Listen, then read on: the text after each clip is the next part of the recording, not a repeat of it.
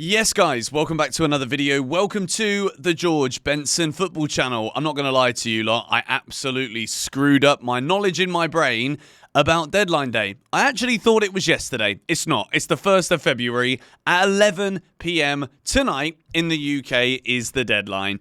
And Chelsea, unfortunately for us, we've not really responded as of yet to seeing another toothless, spineless display at Anfield last night and struggling for goals all season, struggling for players to put the ball in the back of the net all season long. But our deadline day business is going to entail just simply getting rid of another striker at Chelsea. Now, I know where you're going with this. You're going to be like, but Benson, I've been watching your videos over the course of the January transfer video window, and haven't you almost said in every video that you're not a big fan of Armando Broja? You don't think he's the right guy for Chelsea, you don't think he's going to score goals, and you don't like his attitude. Spot on. The issue that I have is that Chelsea Football Club don't have answers. The questions that are being asked of us are coming at us from opposition teams game after game after game. And the answer that Chelsea need to respond with is goals or scoring on a football pitch. And unfortunately, we don't do that. And my issue that I have here with the flip-flop nature about the way that Chelsea have kind of looked at Armando Broja during this transfer window. Initially, in the early phases of January, Chelsea wanted a 50 million flat fee for Armando Broja, and I think we then quickly realised that the valuation of the player is totally wrong. Since then, when Chelsea have been struggling for goals, Mauricio Pochettino isn't always picking Armando Broja, so what kind of Premier League club are going to look at a striker who's want away, probably doesn't really want to leave? We've heard that all along. But Chelsea don't want him. Pochettino doesn't play him.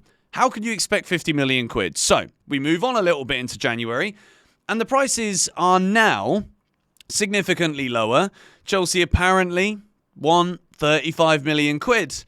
All right, fair enough. If you can squeeze 35 million out of a striker that you don't want to use, that isn't scoring goals, who doesn't really look like he's up to it at Chelsea, fair enough.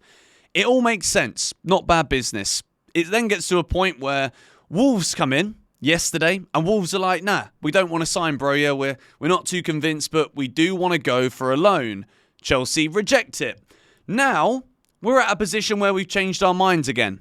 And the response to it, changing our minds with Armando Broja, isn't to go in the market and actually look for a striker to try and solve some of the issues between now and the end of the season, which tells me that the club have kind of given up on this season. We've got Liverpool in the Carabao Cup final, and at this point, after what we saw last night, we're kind of just hoping that there's like, a flu outbreak at Liverpool, food poisoning? Is that what we're hoping for? Because at the moment, how on earth can Chelsea outscore a Liverpool team whose players are better, whose manager is better, whose desire and fight is significantly more, with a final at Wembley which could end up being the last trophy that they win under Jurgen Klopp? Chelsea, all the questions have been put to us. It's so visible week after week after week what the issue is, yet we are not providing the answers. We're happy to spend billion plus pounds on very average, useless footballers who are young because, that's the model that we're going for. We're going to build a 100-point team. Our flipping owner thought that 4-4-3 was a formation, for goodness sake. If it doesn't scream, when you look at the failures and the shortfalls of Chelsea week after week when it comes to finishing, scoring, and then the lack of action in this January transfer window, but now we're happy apparently here to just let Armando go out on loan after all. So after all of these issues regarding putting the ball in the net, evidently the world of football knows that Chelsea need a striker. I don't doubt for one second that we will sign one in the coming transfer window in the summer for next season, whether that's Poch or not. Wait for another video to find out what I think currently about that situation. But the fact that Chelsea here have been so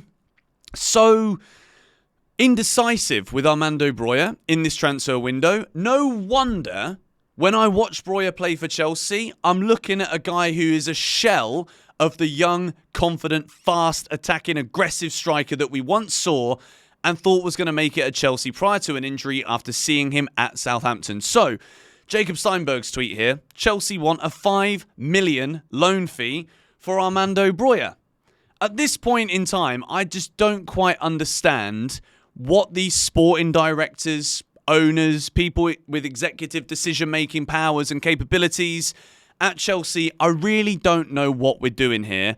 And unfortunately, the more that we look here at the way that Broja's mentality has been, Pochettino was making light-hearted but also accurate comments in the press talking about, Armando needs to smile more after he buried a header, good header at that, against Preston in the FA Cup. So at this point, we have mishandled the player.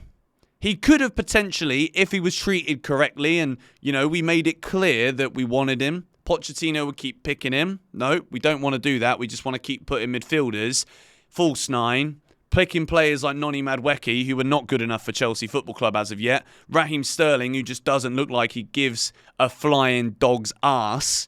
Most of the time he's out there on the field. Mudryk, who at this point in time, as much as I do still think there is a great footballer potentially in there, like the guy can't do the basics. He's got absolutely nowhere near the capabilities to be a Premier League player right now.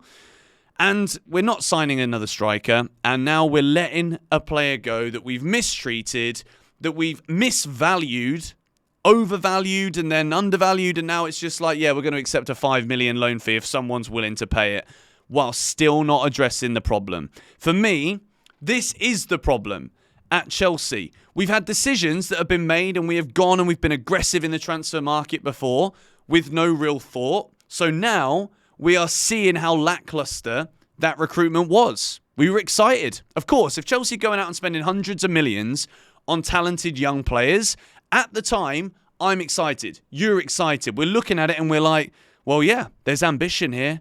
Maybe there really is a plan, like we're building a super team. But the reality is, we're average. We're bang average. We belong in the middle of the Premier League table because there are literally 9 teams better than us in the Premier League, for sure.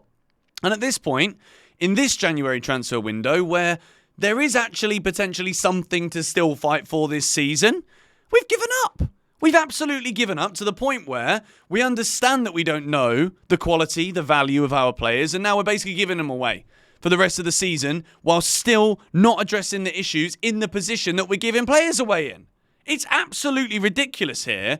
And I know it's always amplified whenever Chelsea are beaten, particularly in the nature that we saw last night, where the players didn't really feel like they were up for it. They gave up as soon as the penalty wasn't given. For Gallagher, the foul from Van Dijk that's not given, the Chelsea players capitulated. Liverpool were fighting. Liverpool were up for it. Liverpool have quality all over the pitch that we simply do not have. They're better than us in every possible area. And the club, seemingly, this January, not only looks stupid for the way that they have handled this Broja situation, but they've not given Pochettino anything. Pochettino was making it very clear in the month of December that we did need some reinforcements. We've had players out all year. The bright light here is that Nkunku scored a great goal last night. It was actually a brilliant finish. The more I watch it back, I'm like, now that is world class. But he needs support. He's not an outright striker, and we've not got a left winger. Mudryk, Sterling, absolutely useless. So Nkunku should be over on the left. Palmer on the right with anyone in the middle to put it in. But now we don't have anyone. Nicholas Jackson's coming back. Yeah, okay, but how many times have we echoed the same words about him this season? How many times have we said, well, if we bring in an experienced player, someone else who can put the ball in the back of the net, we alleviate some of the pressure that Jackson is under, which is probably a good reason as to why he's not been converting so much. And he looks like he's chasing something. It's not necessarily his fault. He's so young. So I don't understand what the club's goal is here. I don't understand what we're trying to do when it comes to offloading a striker who, yes, I know, I don't rate him.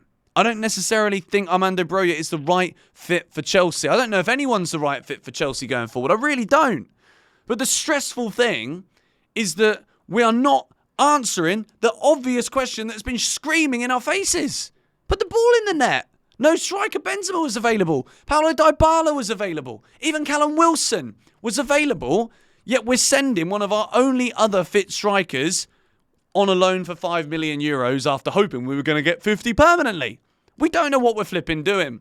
And again, I don't want to just keep going on about last night's game. If you want to see the 6 things we learned video, it's 15 minutes of me basically slating the shocking, appalling performance that came out of our football club last night. So I'm just baffled by this. I'm absolutely baffled by it. As much as I don't think Broja is the man, I definitely think if you're going to get rid of him, there has to be a replacement. What happens now if Nkunku gets hurt again?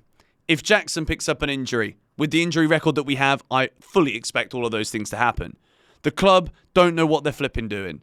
And I'm going to talk a bit more about how Pochettino was outclassed by Jurgen Klopp and how we move forward, because my patience is so thin. I keep getting excited because we beat crappy teams. I keep getting excited because I think we're in some form. And I want to be positive. I really do. But everything from the top to the players, it's a mess. It's a complete and utter mess. Thoughts in the comments. I'll speak to you guys later.